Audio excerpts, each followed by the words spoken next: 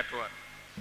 58 ஆண்டுகளாக ஆட்சியில் இல்லாத தமிழ்நாடு காங்கிரஸ் கமிட்டிக்கு நாமக்கல் கிழக்கு மாவட்டத்திற்கு ஏதோ ஒரு மாற்றம் ஏற்படுத்தி தருவார் என்ற நம்பிக்கையில் செந்தில் அவர்களை மாவட்ட தலைவராக அகில இந்திய காங்கிரஸை நமது தலைவர் ராகுல் காந்தி அவர்கள் நியமித்திருக்கின்றார். இந்த கூட்டத்திற்கு தலைமை பொறுப்பை ஏற்றிருக்கின்ற முன்னாள் மாவட்ட தலைவர் அண்ணன் சித்திக் அவர்களுக்கும், இந்த நிகழ்ச்சியின் கதாநாயகனாக ஏற்றிருக்கும் இந்நாள் மாவட்ட தலைவர் செந்தில் அவர்களுக்கும், சபையில் அமர்ந்திருக்கின்ற முன்னாள் மாவட்ட தலைவர்கள் அனைவருக்கும், வட்டார தலைவர்களுக்கும், நகர தலைவருக்கும் எனது முதற்கண் நன்றியை வணக்கத்தை தெரிவித்துக் கொள்கின்றேன்.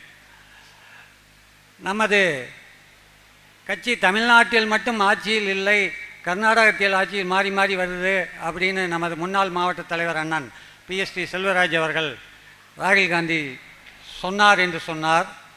அதற்கு காரணம் எனக்கு தெரிந்தவரையில் சொல்கிறேன். அரசியலில் ஒரு மனிதன் இளைஞனாக இருக்கும்போது, ஒரு 15 வயசில் இருக்கும்போது அரசியல் கட்சினா என்னான்னு தெரிஞ்சுக்கிறான்.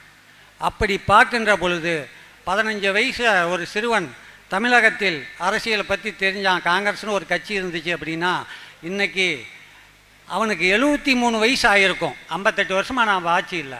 அப்படி பார்த்தா 73 வயசுக்கு மேற்பட்டவங்க தான் இங்கே இருக்கணும். ஆனால் இல்லை, அதுக்கு கீழே இருக்கிறவங்க தான் நிறையா இருக்கிறாங்க. இதுக்கு காரணம் என்ன என்பதை நாம் சிந்தித்து பார்க்க வேண்டும். காங்கிரஸின் மேல், காங்கிரசினுடைய தலைவர்கள் காந்தி காமராஜன் மேல் உள்ள அந்த நம்பிக்கை உடைய மக்கள் இங்கு இருக்கிறார்கள். அவர்கள் இருப்பதனால்தான் இந்த கட்சி இப்பொழுது வாழ்ந்து கொண்டு இருக்கின்றது. எனக்கு பேச வாய்ப்பளித்த உங்கள் அனைவருக்கும் நன்றி கூறி விடைபெறுகிறேன். நன்றி, வணக்கம்.